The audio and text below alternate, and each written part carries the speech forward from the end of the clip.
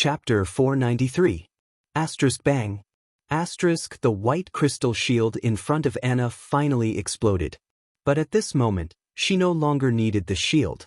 A dazzling light erupted from behind her, illuminating the entire street as if it were daytime.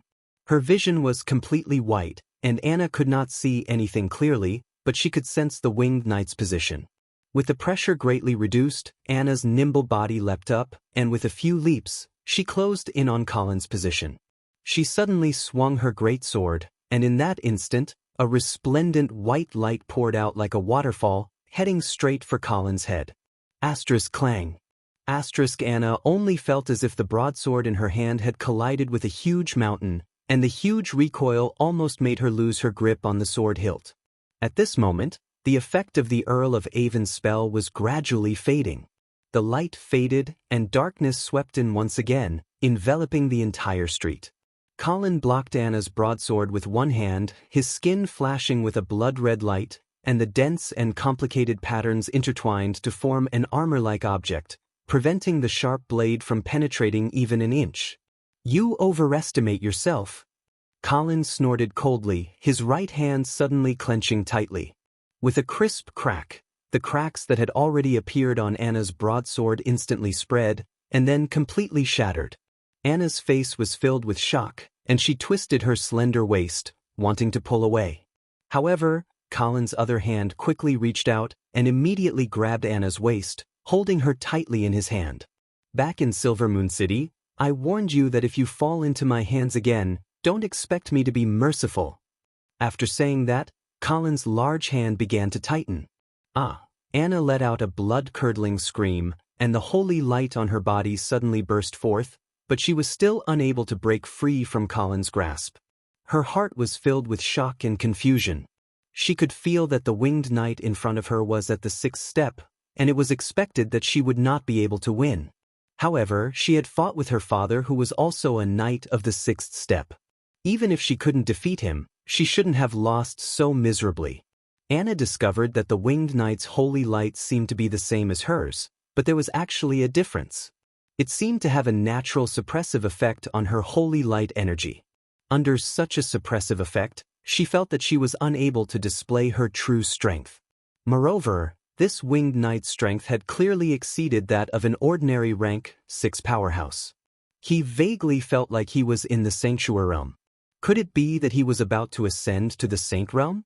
Anna tried her best to support her body and raised her head to stare at Colin. However, she couldn't see Colin's face clearly due to the blood mist. "Please wait a moment," Count Elvin hurriedly shouted when he saw this. Colin smiled and turned to the Earl of Avon. "What's wrong? You want to redeem your sister again?" "Why can't I?" The Earl of Avon bowed gracefully. "Killing a Saint Prospero will not only bring you no benefits, it will also bring you endless trouble. Since that's the case, why don't you listen to my sincerity?" "Oh? Tell me about your sincerity." Hearing that there was still room for negotiation, the Earl of Avon immediately heaved a sigh of relief. "Last time, I used a magic staff to redeem my sister. This time, I'm willing to take out 3 similar magic staffs. How about it? Of course, if you don't want the magic staff, you can also give me other things." Colin snorted. He didn't seem to be interested in Count Evan's proposal. Instead, he asked, "Answer a few of my questions. If the answers satisfy me, I'll let your sister go." "Please ask." The Earl of Avon immediately agreed. Colin leaned forward slightly and asked, "Who killed Count Angelo?" "I'm actually not sure about this, but I feel that Mother is the most suspicious." Hearing this, Colin snorted angrily and tightened his grip. Crack, crack. A series of bone-cracking sounds could be heard as Anna let out a blood-curdling scream. Dark red blood flowed out of her mouth like spring water. It seemed like Colin had crushed many of her ribs. Don't. The Earl of Avon waved his hands repeatedly. Colin's decisive action without any pity for the fairer sex made the Earl of Avon understand that the other party probably knew something. Perhaps this winged knight had hidden by the side and witnessed everything when Mr. Chung was assassinated. Thus, he took a deep breath, as if he had made an important decision, and said in a deep voice, "All right, actually, the person who killed Count Angelo was Mr. Chung." Colin raised his eyebrows, finally confirming his previous conjecture. Mr. Chong and the Earl of Avon had already formed an alliance, and they were the most hidden force in White Dew City. How did you know? Colin asked again. Because Mr. Chong and I planned this. If I remember correctly, Mr. Chong is a remnant of the St. Thean family, right? Shouldn't he be the mortal enemy of the House of St. Prospero? How did you get together with him? The Earl of Avon seemed to feel that there was no need to hide, so he spoke frankly. There are no eternal enemies, only eternal benefits. Mr. Chong and I both understand this point, and we believe that an alliance can achieve a win-win situation, so we cooperated. Wing Knight, actually, I also admire you very much. As long as you are willing to let my sister go, I can forget all the unpleasantness of the past. You really don't have to doubt my sincerity. Think about it, I can even accept the mortal enemy of the House of St. Prospero. So what is a small misunderstanding between you and me? Colin did not respond to the Earl of Avon, but continued to ask, what is Mr. Chong's plan in White Dew City? The Earl of Avon's eyes flashed and immediately said, of course, it is to help me become the Duke of the Eastern region. Is that so? That's right. The Earl of Avon nodded affirmatively. The reason why we assassinated Count Angelo was to anger the Blood Cavalry, so that they would rush into the city and wipe out the existing old forces, so that it would be convenient for me to truly control the Eastern region. You are very honest. Colin nodded. As long as you are satisfied. The Earl of Avon smiled. So, can you let my sister go? Colin slowly shook his head, and coldly said, but obviously, you are still hiding something. After this sentence, without waiting for the Earl of Avon's explanation, Colin once again tightened his grip on Anna's big hand. However, this time he did not pinch it. Looking carefully, he saw that the dense platinum lines had already covered Anna's face and body, and the extremely rich holy light was crazily surging, as if the next moment, it would spurt out. Damn, this woman is actually advancing. She can't defeat him, so she advances. Are you a fucking protagonist of a novel? Colin cursed inwardly and immediately grabbed the other hand as well. Using both hands together, he suppressed the turbulent holy light, and at the same time, he quickly closed his eyes. Then he opened them again. Something seemed to be spinning rapidly in the scarlet pupils. In the next second, a boundless blood curtain spread out in all directions. Vaguely, he seemed to hear a grand and distant voice. Secret skill of blood, dark gaze.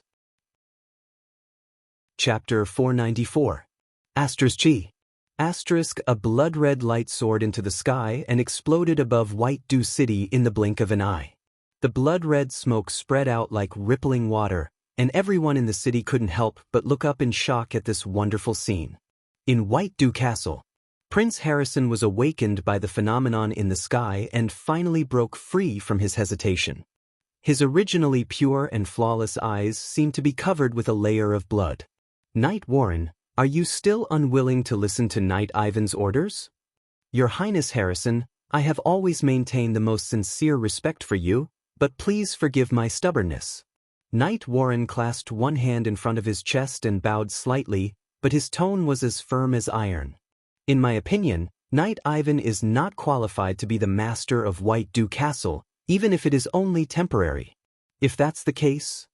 Prince Harrison turned to look at Knight Ivan, nodded, and gave him a cold look.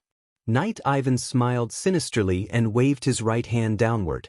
In an instant, a dozen vigorous figures rushed toward Knight Warren, who was surrounded in the middle. In White Dew City, Viscount Bizius stopped and looked up at the blood-red smoke in the sky, frowning. Sir, this is the messenger sent by the Pegasus Legion. The adjutant led the messenger to Viscount Bizius. The messenger didn't care about Viscount Bizius' absent-mindedness and only asked in a deep voice. Viscounts, Commander Muffet sent me here to ask why you are mobilizing the army in the middle of the night? Viscount Bizius retracted his gaze and said calmly, Tell Muffet that I am preparing to lead the army to leave White Dew City and return to the family's territory. Please let us pass. Soon, the messenger brought back news. Sir, Commander Muffet said that White Dew City is strictly prohibited from entering or leaving tonight. He requests that you immediately lead the army back to the encampment in the city and not move at will. Viscount Bysius looked at the messenger quietly and didn't say a word. The messenger was puzzled when he saw a flash of silver light and a sharp pain in his chest. Then, endless darkness swept over. Viscount Bysius pulled out his sword from the corpse of the emissary and raised it high. Sticky blood dripped down along the sharp edge of the sword. My loyal soldiers, the Sky Horse Legion has betrayed the eastern region and is ready to kill us all. If you don't want to die, then follow me out of the city. Kill. White Dew City North Gate. Looking at the bloody mist in the sky, as well as the smoke and fire in the city, Nicole's furrowed brows finally relaxed, and a smile appeared at the corner of his mouth again. Earl of Avon, have you finally succeeded? At this point, he didn't hesitate any longer, and he quickly walked down the tower and arrived at the front lines of the battle. Smelling the stench of blood, Count Nicole seemed to have regained the fighting spirit and courage of his youth. He drew his long sword with a choking sound and raised it in front of him. Brothers, let's charge into the city and rescue Earl Evan St. Prospero. Outside White Dew City. Knight Roger stared blankly at the bloody mist above White Dew City. The adjutant took a step forward and reported, "Sir, the bloody cavalry is ready to go. When shall we enter the city?" "No hurry," Knight Roger said without turning his head. The adjutant hesitated for a moment, but still persuaded, "But the Earl is still in the city. Aren't you worried that he will be in danger?"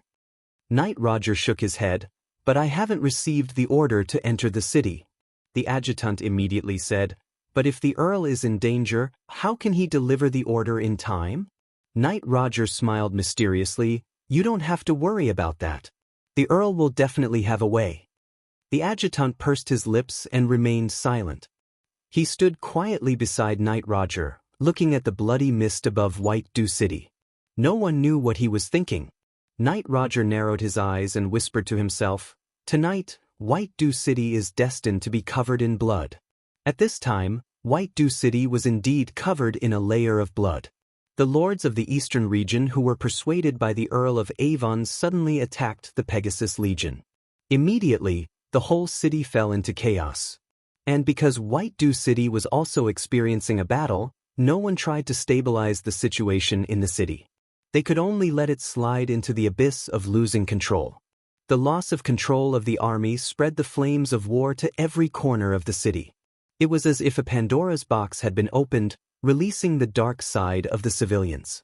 Theft, arson, murder, rape. Countless crimes took advantage of the chaotic situation in White Dew City. Gradually, the largest city in the eastern region turned into a hell on earth. However, in this sea of blood and fire, there were still some calm corners. In an abandoned warehouse in the west of the city, a group of mage apprentices were concentrating on drawing a huge array on the ground. The chaos and fighting outside seemed to be isolated in another time and space. It didn't affect this place at all. However, the people in the warehouse could clearly observe the situation outside. A figure wearing a red mage robe was staring at the blood-red smoke above White Dew City in a daze. His body was much larger than ordinary people, but he had a serious hunchback. His face was rough, his cheekbones were high, the corners of his mouth were crooked, and his eyes were one big and one small. If one saw him late at night, he would definitely be scared to tears. However, such an ugly mage in a red robe was now standing side by side with Mr. Chong. It seemed that they were quite close.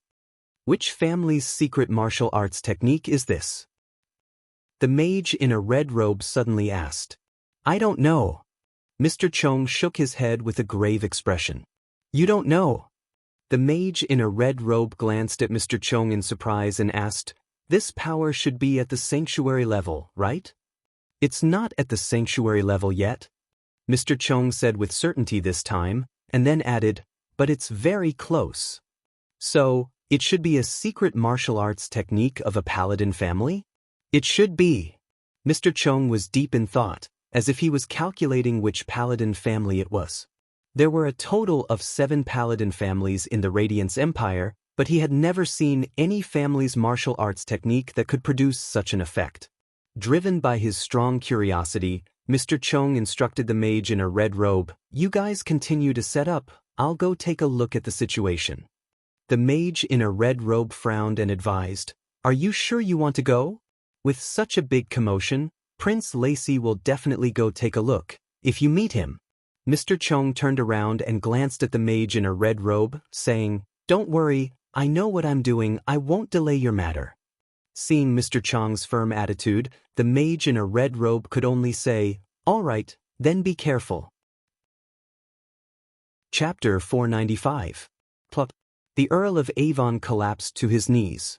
A piercing chill invaded his weak body along the cold ground, but the Earl of Avon could no longer stand up. He only felt that the bloody smoke that had swept over him just now seemed to have taken away his blood, strength, and even his soul. At this moment, his hands and feet were soft and weak, and he could not even move. What kind of martial arts was that? The Earl of Avon was full of horror. He tried to turn his eyes to look for his sister. Just now, the aftermath of the attack had already taken away half of his life. Then what about his sister who was hit directly? Nothing must happen to her. The Earl of Avon could order the lords of the Eastern region to lead their troops to encircle and annihilate the Pegasus Legion without blinking an eye. He could deliberately open the gate to lure the bloody cavalry into the city and slaughter the White Dew Castle. He could even watch the White Dew City turn into a bloody hell on earth. But he would never want to see anything happen to his sister, Anna. On the one hand, his sister was simple-minded and had a very good relationship with the Earl of Avon. Even if she suspected that he had betrayed the house of St. Prospero, when the threat of the Winged Knights appeared, Anna did not hesitate to stand in front of the Earl of Avon. Even the cold-blooded Earl of Avon was not willing to let her down. More importantly, Anna was the hope for the rise of the Eastern region. The house of St. Prospero had not produced a paladin for a long time. The Eastern region really needed a paladin. Now, there was finally a St. Prospero who had the hope of stepping into the Holy Realm. The Earl of Avon would rather this plan fail than see Anna get into an accident. As long as Anna was there, even if the White Dew City turned into ruins, the Earl of Avon was confident that he could start over again. But if Anna died, the future of the Eastern region would still be bleak. Even if the Earl of Avon succeeded in becoming the Duke of the Eastern region, it would be difficult for him to escape the predicament of struggling to survive among the various forces. Finally, the Earl of Avon saw Anna lying quietly in front of him. Her current appearance was incomparably miserable. Her entire body was covered in blood, and it was unknown how many wounds she had. All of her joints were in an unnatural state, and she looked like a broken rag doll. However, Earl of Avon still noticed her slightly heaving chest. He was still alive. But in the next second, as the ground trembled, a huge shadow enveloped Anna.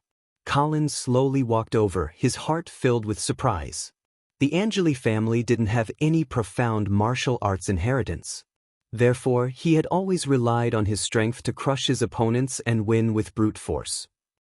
This secret blood spell that he released earlier was actually something he learned when he saw the strange silver python while he was in a trance when he advanced to rank 6. No, it wasn't comprehended. It was more like the silver python's inheritance. Just now, when Anna suddenly advanced to the 6th step, Colin subconsciously used it in a moment of desperation. The effect was amazing. Of course, it was a little too amazing.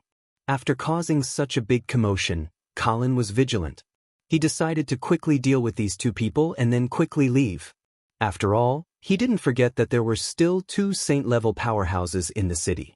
If they were attracted here, it would be troublesome. But just as he waved his iron fist and was about to smash Anna's head, a weak voice suddenly sounded. "You can't kill her." It was the Earl of Avon struggling to shout. But Colin ignored him. His fist was aimed at Anna's head, and he smashed it down. "Don't you want to know Mister's real plan?"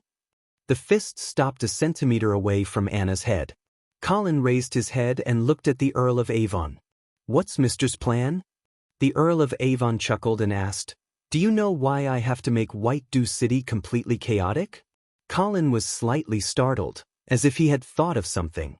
The Earl of Avon continued, "Even if I want to eliminate Mother's remaining forces, I can just kill a few key people. Why do I have to instigate the Alliance to attack the Pegasus Legion? Colin narrowed his eyes, and the ominous premonition in his heart grew stronger. Count Elvin's expression suddenly became extremely excited and even deranged. He laughed strangely and asked, "Don't worry." He laughed and said, "Also, have you noticed that the flames of war in White Dew City are spreading a little too quickly?" Colin raised his head and noticed that the flames of war in White Dew City were indeed a little strange.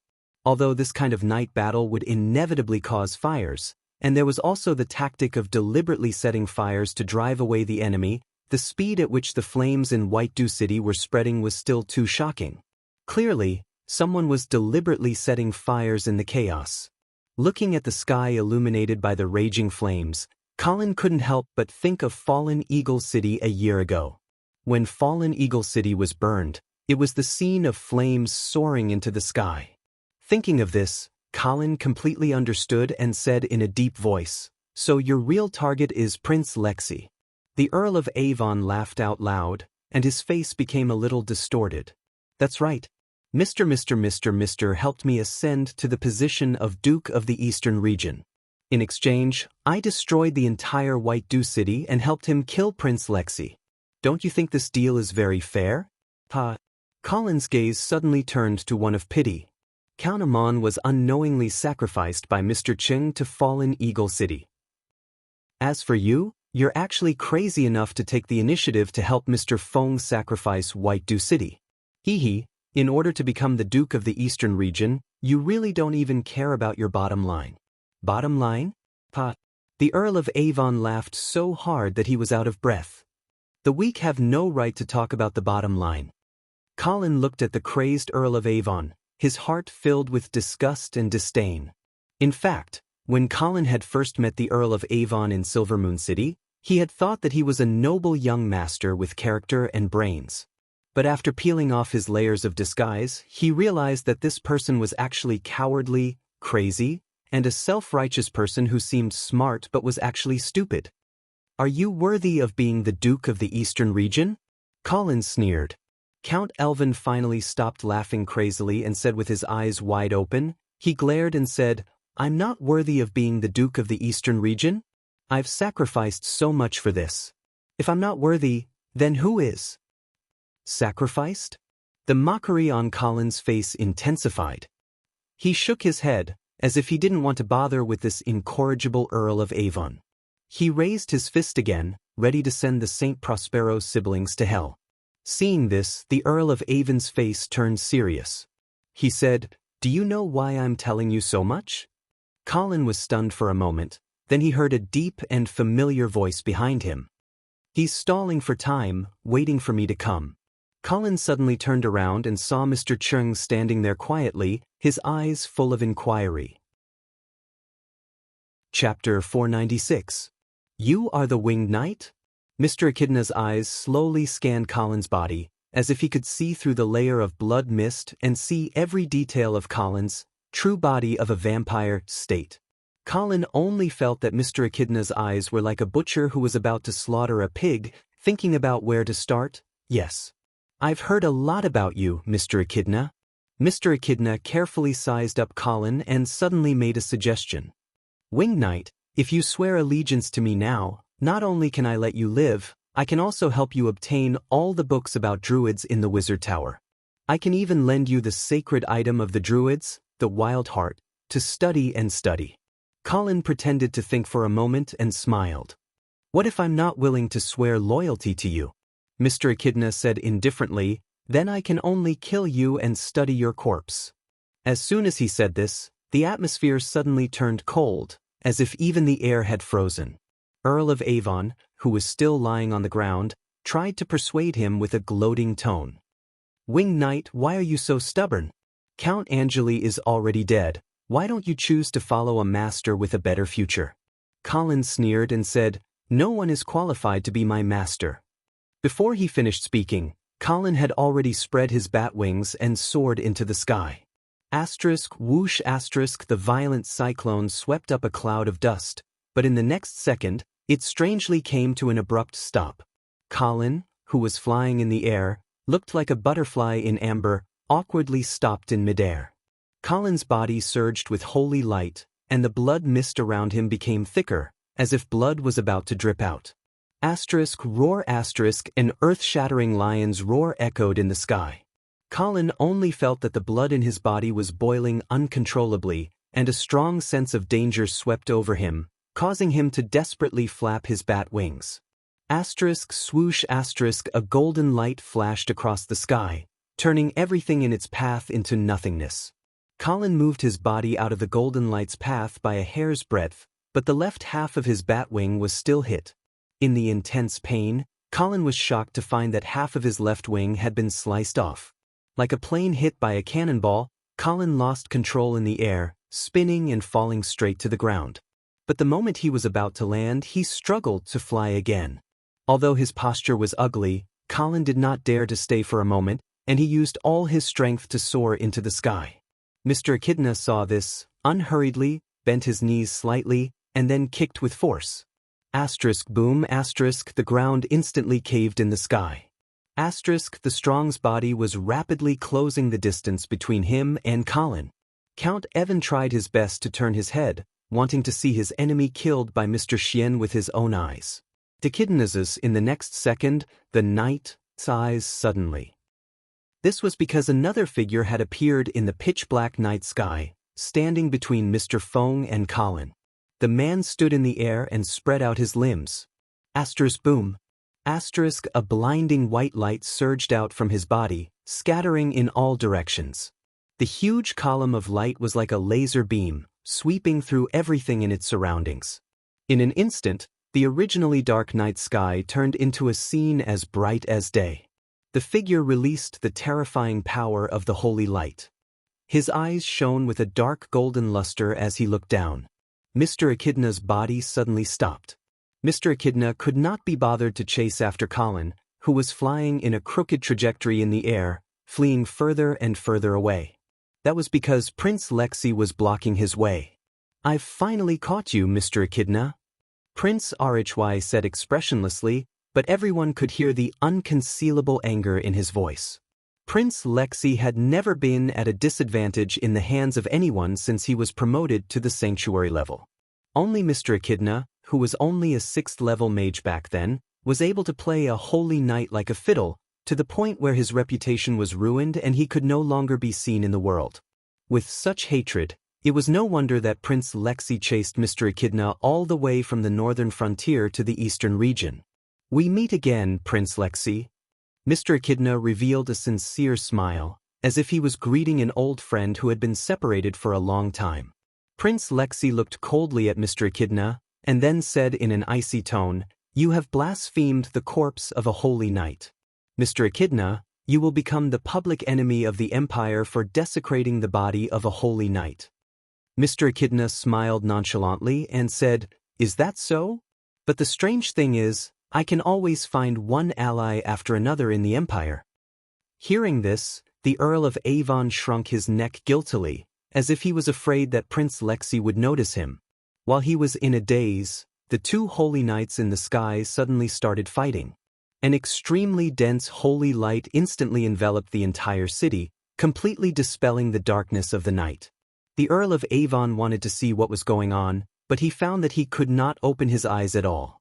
It was as if the sun was exploding above his head, and the blinding light could not be looked directly at. Buzz, there was a roar in his ears, and the Earl of Avon found that he could not hear anything. Fresh red blood flowed out from his eyes, nose, and ears, and his consciousness entered a trance. When the aftermath of the battle finally dissipated, the Earl of Avon slowly woke up. He tried to open his eyes, but found that the night sky had returned to darkness, and Mr. Echidna and Prince Lexi were nowhere to be seen. The faint roar was like thunder, and it came from the east of the city from time to time, accompanied by lightning-like bursts of holy light. It seemed that the battle between the two holy knights had not ended, and they had just changed places. The Earl of Avon tried to get up, but found that he could not move at all. "Anna, Anna." The Earl of Avon tried to wake his sister up. After shouting for a while, Anna finally moaned and slowly opened her eyes. The Earl of Avon was overjoyed, But before he could be happy for too long, he heard a piercing sound. Then the Earl of Avon's smile froze on his face. That was because that nightmarish figure had actually returned. Bang. Colin landed heavily on the ground and smiled at the trembling Earl of Avon. Earl of Avon, can Mr. Echidna still save you now? The Earl of Avon's mouth twitched, and he cried out in shock and anger. Don't kill me. Whatever you want, just say it and I'll satisfy you. Colin smiled coldly and said, do you really think that you have any bargaining chips that you can use to exchange? Even if you really become the Duke of the Eastern region, you can't give me what I want. Wait! Anna cried out in alarm. As long as you let my brother go, I'm willing to pledge my loyalty to you. Pledge your loyalty? Colin laughed disdainfully. I can't afford to accept the loyalty of Saint Prospero. If it had been before Marquis Vincent's betrayal, Colin might not have minded having a Holy Knight bloodline descendant, but now, he was not foolish enough to turn an enemy into a bloodline descendant. Moreover, he had just been taught a lesson by the Lord Reader, so he did not dare to show mercy. Pooh! With a stomp, the Earl of Avon's head exploded like a watermelon. Chapter 497. No!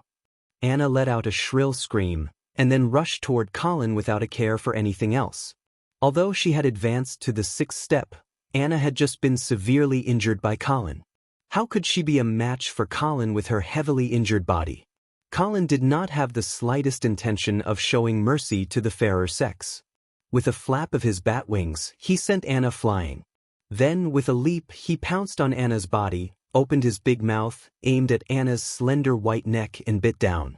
Although he would not turn her into a bloodkin, turning her into a blood thrall would not be a problem. After all, a blood thrall's self-awareness had already been erased, and there would be no problem of betrayal. Just like that crazy woman Cynthia Sue Duo who wanted to kill Colin the moment she saw him, she was also as obedient as a little kitten after becoming a blood thrall. However, after erasing her self-awareness, it was estimated that this star of the Eastern region who had a high chance of stepping into the Holy Realm would have no chance of becoming a Holy Knight. But Colin did not have any other choice at this time. It would be a pity to kill her, and it would be too dangerous to turn her into a bloodkin to retain her self-awareness. Therefore, he could only turn her into a blood thrall and become a high-level fighter. Gudu! Pudgy! After a round of sucking and injecting, Colin got up from Anna's body. The fire in the city was raging at an alarming speed. The cold ground was actually starting to heat up, and the air was filled with the smell of burnt smoke. The soaring flames illuminated the sky above White Dew City as if it was daytime. Coupled with the aftermath of the holy light that erupted during the battle between Mr. Chong and Prince Lexi, White Dew City was exceptionally lively tonight. Colin grabbed the unconscious Anna in his hand, and then with a flap of his bat wings, soared into the sky, and quietly flew toward the place where the holy light erupted. He did not want to see Prince Lexi die in Mr. Chong's hands. First of all, Prince Lexi had just saved Colin's life, and this was a favor that Colin had to repay. Secondly, if Prince Rhy died, then no one would be able to control Mr. Chong. Colin could not let the other paladin of the Empire of Light, Duke Sengren, chase after Mr. Chong all day long. At that time, the northern frontier and the eastern frontier of the Empire would tremble under Mr. Feng's shadow. Moreover, Colin suspected that Mr. Feng's real plan was not just to kill Prince Rhy. At this moment, the fire in the city clearly indicated that Mr. Chong was preparing to cast the forbidden spell he had cast in Fallen Eagle City, Trial's Eye.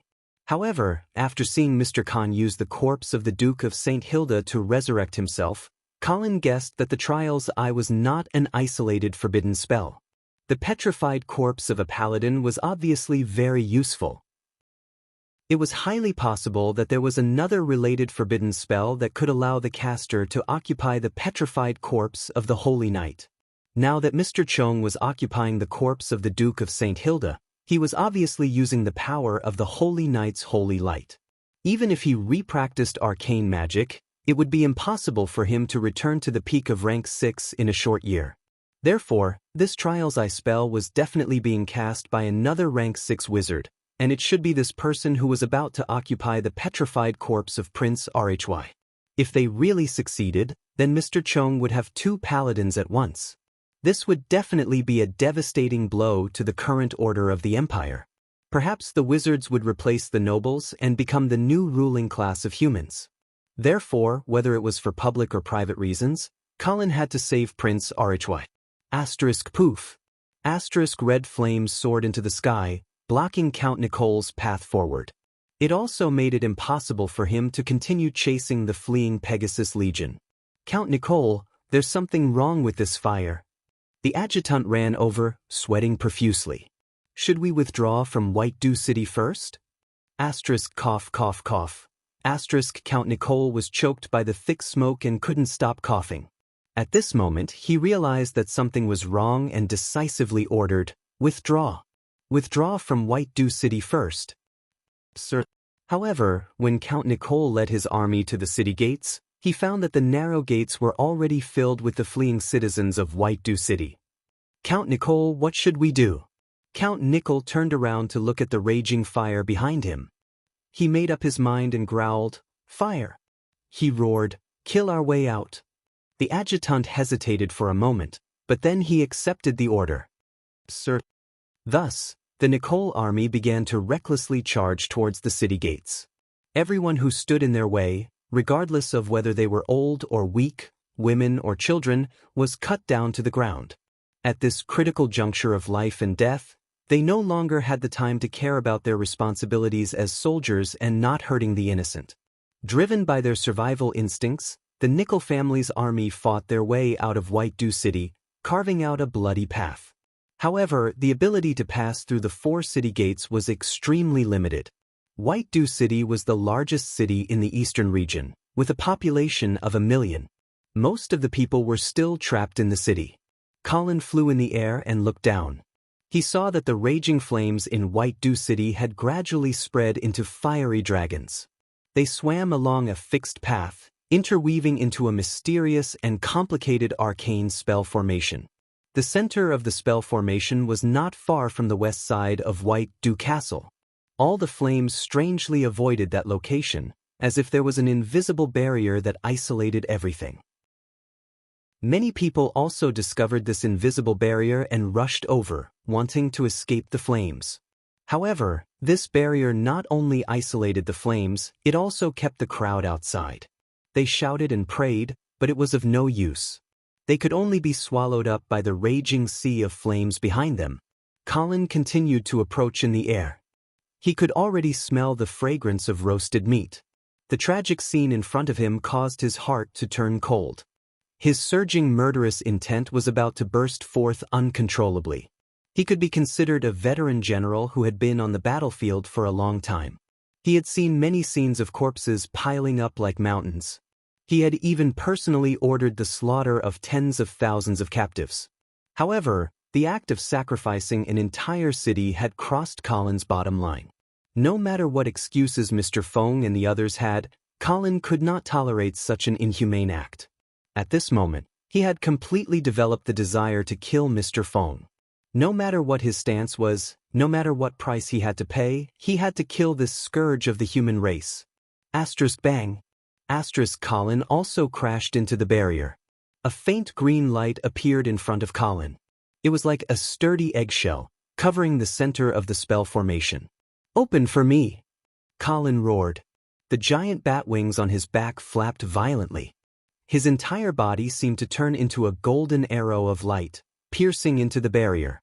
At this moment, in the abandoned warehouse at the center of the barrier, the red-robed mage opened his ugly eyes. Around him, a large spell formation was emitting a dense green light. It faintly resonated with the raging sea of flames in White Dew City. Asterisk rip. Asterisk the red-robed mage suddenly pulled out a dagger and unhesitatingly gouged out his left eye. Chapter 498. Bang. Colin landed heavily on the ground.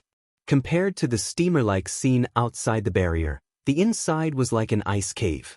Of course, this was actually the temperature that should be there at this time of the year. There was no smell of burning in the air. Instead, there was a faint mist in the air. However, there was a faint smell of blood in the mist. It was very similar to the smell that Colin smelled on Mr. Fang's body, as well as the smell that he smelled in the underground blood pool of the Phoenix Butterfly Castle's clock tower. The inside of the barrier was very spacious. The quiet streets surrounded a dilapidated and decayed warehouse. A faint green light shone out from the warehouse, flickering like the frequency of breathing. It made people feel that something terrible was being nurtured inside, and it might break out of its shell in the next second. Anna, who was in Colin's hand, had also woken up. Her eyes were dull, but she obeyed Colin's orders. However, she had not fully recovered from her serious injuries, so she could not exert much combat power. However, it was more than enough to explore the way. Under Colin's orders, Anna slowly walked toward the warehouse's door. Outside the barrier, the city was on fire, and screams were everywhere. However, here, it was dead silent. It gave Colin the illusion that he had come to a cemetery in the middle of the night. Anna walked all the way to the warehouse's door, but nothing happened. Colin narrowed his eyes and cautiously approached. At this moment, Anna opened the warehouse's door. Buzz. In an instant, countless green threads surged out of the door like poisonous snakes. They engulfed Anna's slender body in an instant, and then rushed towards Colin at a high speed. Along the way, the green threads spun and danced. Everything that they touched was quickly assimilated, disintegrated, and then turned into more green threads. If someone with trypophobia saw this scene, they would probably collapse on the spot. Although Colin did not have trypophobia, his scalp was still numb. He spread his wings and immediately soared into the sky. However, those green threads still chased after him relentlessly. Colin took a deep breath, and a rapidly spinning invisible vortex appeared around him. A terrifying pressure spread out from his body, and under the surging pressure, the encirclement of the green threads also slowed down. Colin fiercely flapped his wings, and an even more explosive cyclone suddenly spread out, instantly suppressing the green threads below. However, before Colin could breathe a sigh of relief, an invisible sound wave rippled out from the warehouse. In the next second, the countless green threads instantly went berserk, turning into blood-red threads that surged toward Colin in an even more frenzied manner. When they approached Colin, the red threads turned into venomous snakes. They opened their terrifying mouths and hissed at Colin. Colin only felt an extremely cold and gloomy aura enveloping his entire body, causing his body to stiffen like a rock. Even moving a finger was extremely strenuous. What kind of strange spell was this? Colin cursed inwardly as he quickly closed his eyes. Then he opened them again. 3 thin silver threads suddenly appeared in his scarlet pupils, and then began to spin rapidly. Secret blood technique, gloomy gaze. In the next second, a boundless curtain of blood spread out in all directions, instantly drowning out the countless venomous snake-like red threads. Hiss, hiss, hiss like ice and snow under the scorching sun, the red threads all melted under Colin's attack. Bang! Colin landed on the ground again. All the red threads had disappeared, as if everything that had just happened was just an illusion. Anna also stood up again, but her original refined gold armor was already in tatters, revealing large areas of her delicate skin. And on her exposed skin, there were dark red marks crawling all over, which should be the wounds left by that strange spell just now. Colin would not feel sorry for a blood thrall, and immediately urged her to continue forward. After entering the warehouse, they immediately heard the sounds of intense fighting, as well as the ripples of holy light and arcane spells. Colin followed in and found Anna fighting with a dozen mages. However, in such a narrow space, to be closed in by a 6th-level knight, even if it was only a heavily injured 6th-level knight, these mages were destined to lose. As expected, Anna was like a cheetah that had charged into a flock of sheep. As she moved and jumped, she quickly cut the throats of the mages who had not yet finished their incantations. Fresh blood splattered everywhere, as if it was an artistic performance of slaughter. However, Colin was not in the mood to enjoy this performance. From the moment he entered the warehouse, his gaze had been fixed on the center of the warehouse, on the figure wearing a red mage robe. So ugly! This was the first impression that the red-robed mage left on Colin. However, Colin did not dare to let his guard down. The complicated and mysterious spell formation on the ground was still emitting bursts of green light. The red-robed mage in the center of the spell formation held a magic staff in one hand and a bloody eyeball in the other as he chanted. Colin looked at the bloody hole in the left eye and immediately knew that the eyeball belonged to the red-robed mage himself. Thick green smoke enveloped the red-robed mage and formed a huge green cocoon on top of his head. The green cocoon expanded and contracted, flickering as if it had a life of its own. Colin had seen this scene before in Fallen Eagle City. At that time, he had a way to interrupt Mr. Burley's spellcasting and let the Duke of St. Hilda live. Unfortunately, he hesitated at that time. This time, he would not hesitate anymore. However, Colin did not personally go forward to interrupt the red-robed mage's spellcasting. This was because the strange spell from before had left him with a lingering fear. Moreover, Mr. Burley almost failed the last time, so it was impossible for him not to be more careful this time. Therefore, Colin did not act rashly. Instead, he waited for Anna to finish off the low-level mages before urging her to go forward with her sword. The red-robed mage's ugly single eye looked at the approaching Anna as he continued to chant the mysterious Elvish language. It seemed that he was at the crucial moment of spellcasting and had no time to care about anything else. Even when Anna was right in front of him, the red-robed mage still did not have any intention to defend himself. The long sword in Anna's hand pierced straight into the red-robed mage's chest, but strangely, there was not a single drop of blood. Colin frowned. Just as he was puzzled, he saw the red-robed mage's chest suddenly split open. Bang! Countless blood-red threads surged out and turned into tiny poisonous snakes along the way, all of them hissing ferociously at Anna and Colin. Hiss! Colin only felt his body stiffen, and his thoughts seemed to have become sluggish at this moment. Everything in front of him also became unreal. Chapter 499. Colin! A familiar voice suddenly sounded in his ears. Colin opened his eyes and found that he was no longer in the warehouse. Instead, he was in an endless wilderness. Anna and the red-robed mage were nowhere to be seen. He was all alone. Colin! The voice sounded again.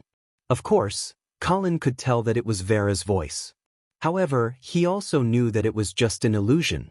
However, even though he knew that it was just an illusion, this pure and charming voice was still able to arouse the desire in Colin's heart. He could not help but blush as his body heated up.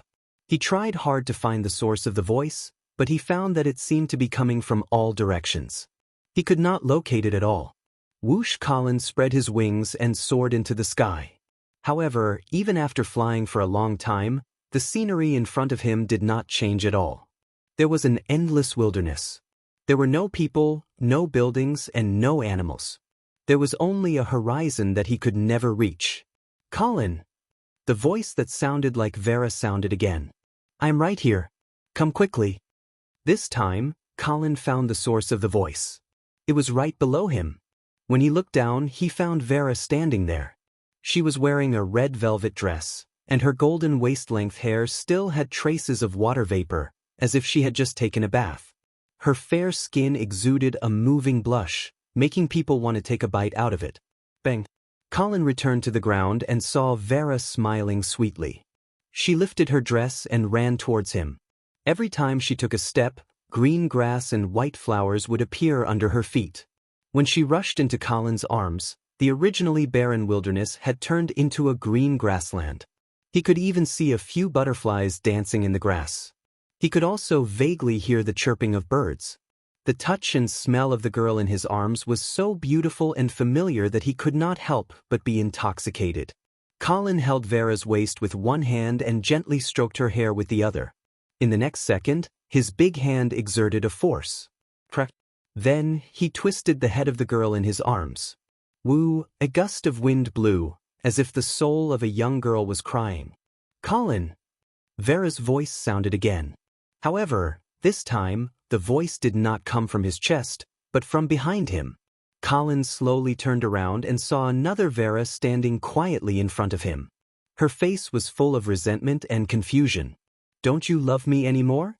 As she spoke, 2 lines of tears flowed down Vera's cheeks. Colin smiled faintly and said, "But I don't know which you to love." "Of course it's me," the second Vera replied. Colin pointed at the corpse in his arms and asked, "Then who is this?" "That's not me. Take a closer look." Colin lowered his head and was surprised to find that the corpse in his arms with its head twisted off had the appearance of Queen Aisha. Colin smiled and muttered to himself, "This is really interesting." After saying that, he casually threw Queen Elsa's body away. Then, he opened his arms and made a gesture to welcome Vera. Vera smiled and lifted her skirt again before she ran towards Colin. However, just as she was about to jump into Colin's arms, Colin suddenly closed his arms. Vera's head was crushed by Colin. Blood and flesh splattered all over Colin's body, but he did not avoid it. He just quietly felt this moment where it was hard to distinguish between reality and illusion. "Colin!" The third Vera appeared on the grass again and waved her white and tender arms as she smiled at Colin. "Come and play with me." "Okay." Colin flapped his wings and flew towards her. This time, he took the initiative to hug the girl.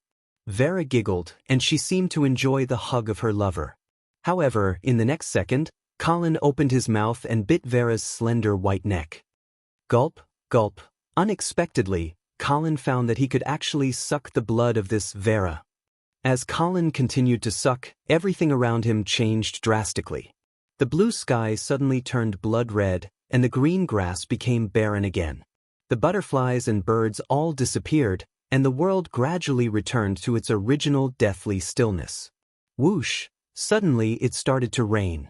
Colin raised his head from Vera's body and he realized that the raindrops falling from the sky were actually blood.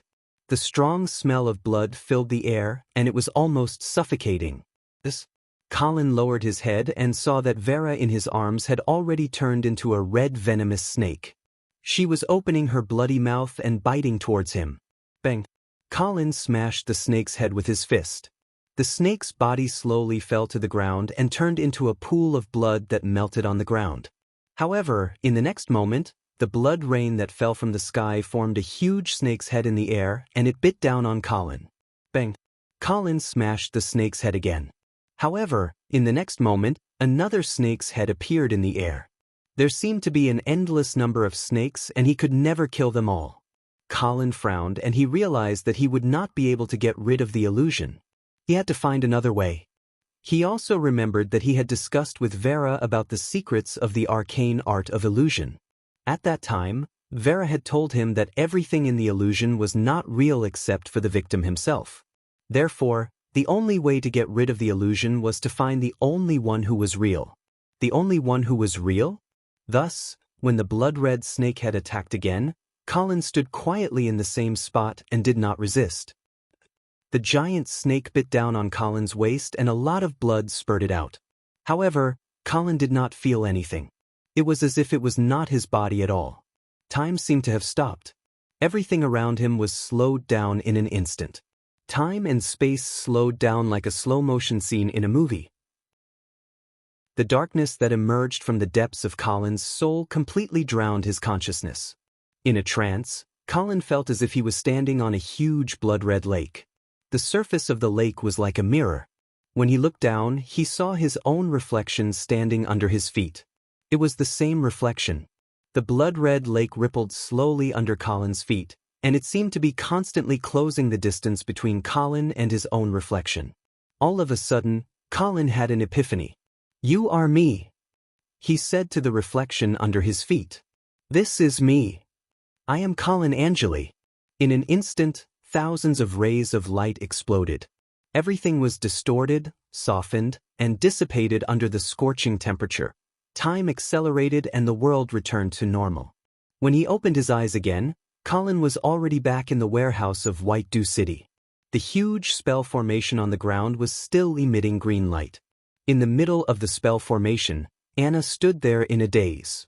The sharp sword in her hand did not stab the red-robed mage, but a scarecrow covered in blood. When the red-robed mage next to the scarecrow realized that Colin had gotten rid of the illusion, his ugly face immediately showed an expression of disbelief. "How did you?" The corner of Colin's mouth twitched, revealing a ferocious smile. As he flapped his wings, it was as if he had turned into a blood-red arrow, arriving in front of the red-robed mage in an instant. Wait, crack! Colin did not care about the red-robed mage's pleas for mercy.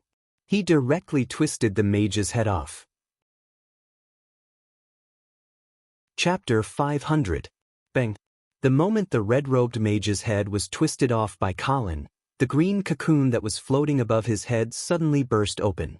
The inside of the green cocoon was empty, only the dense green light shooting out in all directions. Colin realized that his vision was completely occupied by the green light, and he could not see anything else. Even if he closed his eyes, it was still the same. However, after realizing that the green light did not harm him, Colin calmed down and waited patiently. After a while, the green light finally dissipated. Colin opened his eyes again and realized that the green cocoon above his head had disappeared. The gigantic spell formation below his feet was now flickering with a faint light, and the frequency of the flickering was increasing, as if something drastic was about to happen. Colin did not have any intention of staying any longer, and immediately lifted Anna by the back of her neck, flapped his wings, and prepared to leave. However, just as he was about to break through the roof of the warehouse, Colin circled back and used his other hand to lift the red-robed mage's corpse, and once again soared into the sky. Bang! After breaking through the roof and flying high into the sky, Colin turned back to look at the location of the warehouse. After he left, the entire building began to slowly collapse. But the strange thing was, after the collapse, the ground was not the ruins of the warehouse, but a bottomless black hole. After that, the fire dragons that were originally wreaking havoc in the White Dew City followed their previous tracks and headed towards the center of the spell formation, which was where the black hole was located, and quickly gathered. And the fire dragons that gathered were all swallowed by the black hole without exception. It was as if these fire dragons did not belong to this time and space, and now they finally followed the black hole back to where they belonged. Following the disappearance of the fire dragons, the fire in the White Dew City was gradually extinguished. Seeing this, Colin heaved a sigh of relief. He was originally worried about how to save the fire. But now, it seemed that he did not need to worry about this. Luckily, the fire did not burn for too long, and a portion of the residents in the White Dew City would probably survive. Whoosh whoosh, two golden rays of light suddenly approached the black hole from the east of the city. Seeing this, Colin knew that it was the two holy knights that were fighting, and hurriedly flapped his wings, and disappeared into the dark night in the blink of an eye. Mr. Chang, it seems that your plan has failed. Prince Rhy said expressionlessly, but there was a hint of schadenfreude in his tone. Mr. Kuei looked at the huge black hole in front of him, as if he could see through the hole and see the situation in another world. He sighed and said, Prince Lacey, it seems like you've managed to escape death. Escape?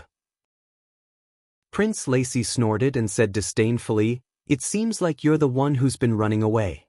Mr. Feng smiled faintly, as if he was not affected by the failure of the plan, nor was he angered by Prince Rhy's mockery. It can't be helped. I haven't fully adapted to this body, so I'm afraid I can't compete with you for the time being. After saying this, Mr. Tai immediately turned into a golden stream of light and soared into the sky. Do you think you can escape? Prince Lacey roared and immediately chased after him. Outside White Dew City, Count Nickel was still in shock as he looked at White Dew City engulfed in raging flames. Although he was lucky, he also felt a strong sense of unreality. Was White Dew City going to be destroyed again? A group of soldiers wearing the uniform of the Pegasus Legion rushed out of the city, but before they could escape the sea of fire, the flames suddenly swallowed them along with their horses. The soldiers who were still breathing rolled and struggled in the sea of fire, letting out ear-piercing screams that made one's hair stand on end. Endless screams came from the city, making people unable to bear to listen to them. Count Nickel looked at the scene in front of him and seemed to finally realize something.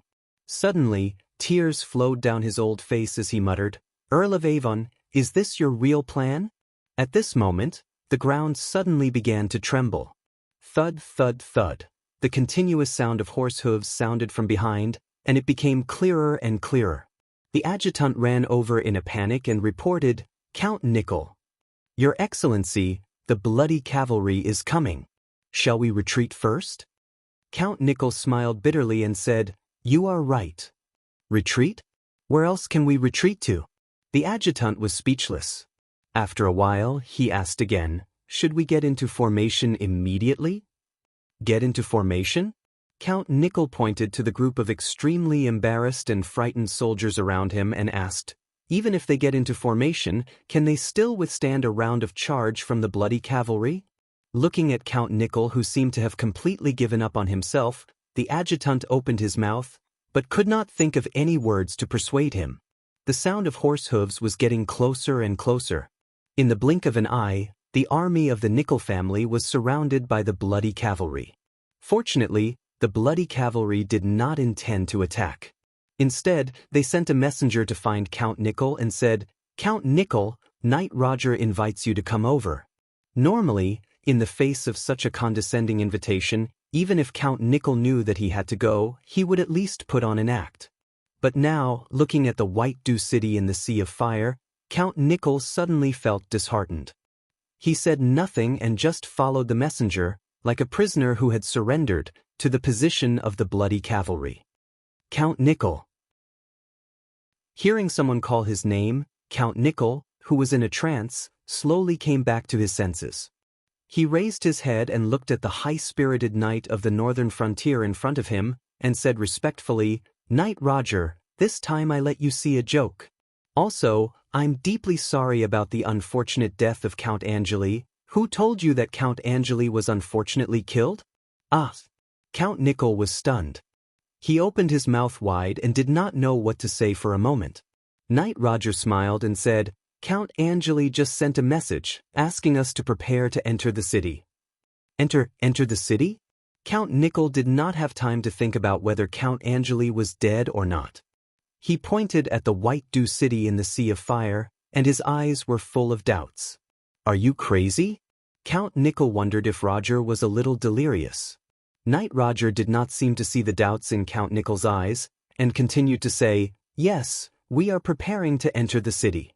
However, due to the heavy losses of the House of St. Prospero in this rebellion, the eastern region needs a respectable noble to stand up and take charge of the situation and appease the people. Count Angeli thinks that you are very suitable, but I don't know if you are willing to take on this responsibility. Count Nickel thought that Knight Roger was really crazy. Entering the city now? Wasn't that asking for death? Just when Count Nickel was hesitating about how to wake up the commander of the bloody cavalry, suddenly there was a burst of cheers behind him. The fire is out. The fire is out. This is a miracle from the god of light. Quick, enter the city to save people. Chapter 501. Count Nickel suddenly turned around and saw that the sea of fire in White Dew City had miraculously extinguished. The fire had come in a strange manner and left in an even stranger manner. Count Nickel was even more certain that this was not an ordinary fire. The rumors about fallen Eagle City surfaced in his mind once again. Count Nickel looked at Roger with bright eyes and asked in a deep voice, Knight Roger, could it be that someone is trying to sacrifice White Dew City to release the forbidden spell, Eye of Judgment? That's right. Roger nodded. Is it Mr. Sean? Who else could it be? Roger looked at the hatred in Count Nickel's eyes and added, However, Mr. Sean alone would not be able to cause such a huge fire in White Dew City. Count Nickel's heart sank. His previous conjectures surfaced once again. Although he did not want to believe it, he still asked in a trembling voice, Is it Earl of Avon who is helping him? What do you think? Roger asked in return. He did not give Count Nickel any time to think and asked the same question again. Count Nickel, now that the chaos in White Dew City has just settled down, everyone is in a state of panic. We need a noble of virtue and prestige to stabilize the situation. I wonder if you are willing to take on this heavy responsibility? Hearing these words again, Count Nickel certainly did not think that Knight Roger was crazy like before. He finally believed that Count Angeli was still alive. Moreover, the extinguishing of the fire was most likely his doing. Perhaps he had seen through the plans of the Earl of Avon and Mr. Sean from the very beginning. Thus, he formulated a counterplan and faked his death to turn the tables. Thinking of this, Count Nickel could not help but feel a chill in his heart. There had never been anyone who could give him as much pressure as Colin Angeli. He was a military genius with unparalleled wisdom. Count Nickel suddenly felt that compared to this Count of the northern frontier, the young masters of the House of St. Prospero were as stupid as pigs. From now on, the entire eastern region would be shrouded in the shadow of this Count of the northern frontier. But at the same time, Count Nickel realized the hidden meaning behind Knight Roger's invitation. For a moment, his heart was pounding, and some kind of ambition hidden in the depths of his heart that he did not dare to speak of suddenly surged. But the old and solemn Count Nickel still took a deep breath to calm the agitation in his heart. Shouldn't you find a St. Prospero to take on this responsibility? The corner of Roger's mouth twitched as he sneered. Is there anyone else in the House of St. Prospero who can take on this responsibility? Can the citizens of White Dew City continue to trust them? Count Nickel's heart, which had just calmed down, was once again agitated. Although he knew that it was impossible for him to become the Duke of the Eastern Region, it was not difficult for him to become the Duke of the Eastern Region with the help of Count Angeli. This would definitely bring about an earth-shattering change to the status and strength of the Nickel family. Count Nickel licked his cracked lips and asked in a hopeful and hesitant tone, "What do you mean?" "Count Angeli, what's your plan?" Knight Roger smiled faintly and put on a matter-of-fact expression. Of course, Count Nickel only wants White Dew City to regain its stability as soon as possible. Don't forget, His Majesty's war order has already been sent. The Eastern region must be ready to send troops as soon as possible. Count Nickel knew that Knight Roger did not fully trust him yet. He also knew that once he accepted the invitation, he would be seen as someone who had sided with the Angeli family. If the situation in the Eastern region changed in the future, he would be very likely to be punished and punished. Thinking of this, Count Nickel's expression changed rapidly as he struggled in his heart. However, Knight Roger was already getting impatient. Seeing this, he urged, "Count Nickel, time is of the essence. If you are not willing, then I'm afraid Count Angeli will have to find someone else." "I'm willing." Count Nickel suddenly raised his head and growled firmly. "Very good." Knight Roger revealed a satisfied smile, then waved his hand and ordered, "Blood Cavalry, enter the city." White Dew Castle. In the underground ice cellar, Princess Judy was curled up in Prince Harrison's arms. She did not know whether it was because of fear or the cold, but her petite body could not stop trembling. In fact, this fire did not affect White Dew Castle.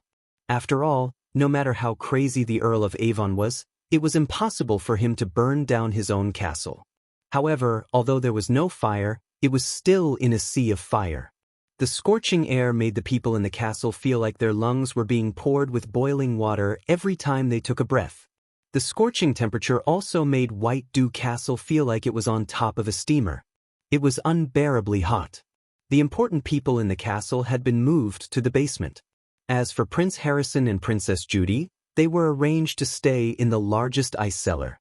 The temperature here was naturally not too affected, and the entrances were covered with wet curtains, so the air was still fresh. However, this still could not alleviate the anxiety and fear of the people in the ice cellar.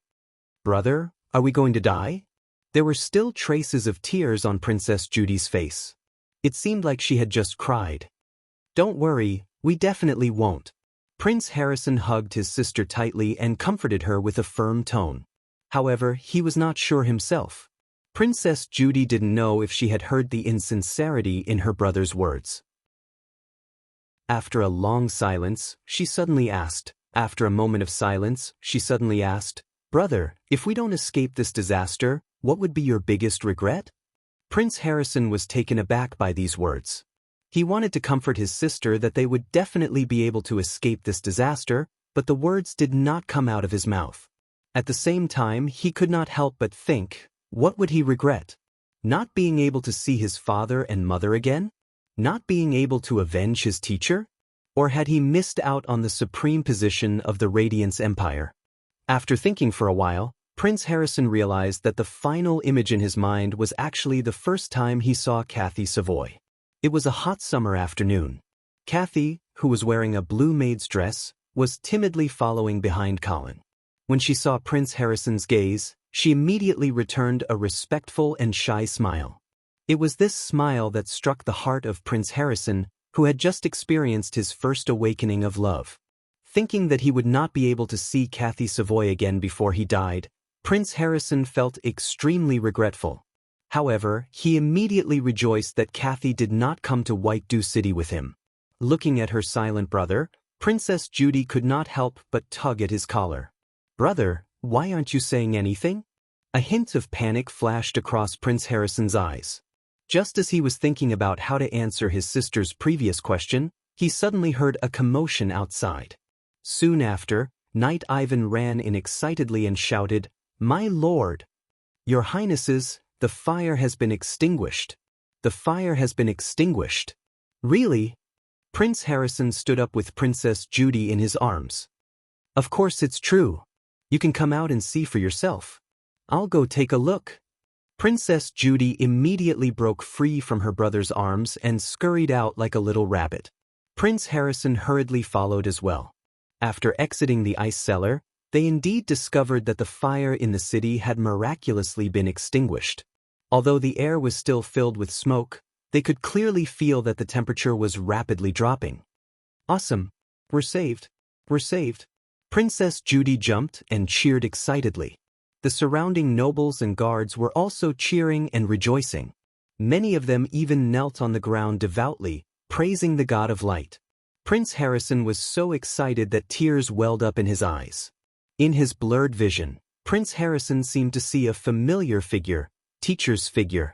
Just as Prince Harrison thought his eyes were playing tricks on him, he heard his sister exclaim in surprise, "That's right. Teacher, Teacher, you're still alive." As she said that, the little girl ran over and threw herself into Colin's arms. The first glimmer of dawn shone on White Dew Castle, bringing this long night to a close. You're tuning in to the Passion Pages YouTube channel. We're so grateful for your support, and don't forget to subscribe to join us on this incredible journey through captivating stories. Your generosity through donations truly makes a world of difference, as it's the primary source of revenue that allows me to expand and enhance this channel for you. Thank you from the bottom of my heart for being a part of this adventure.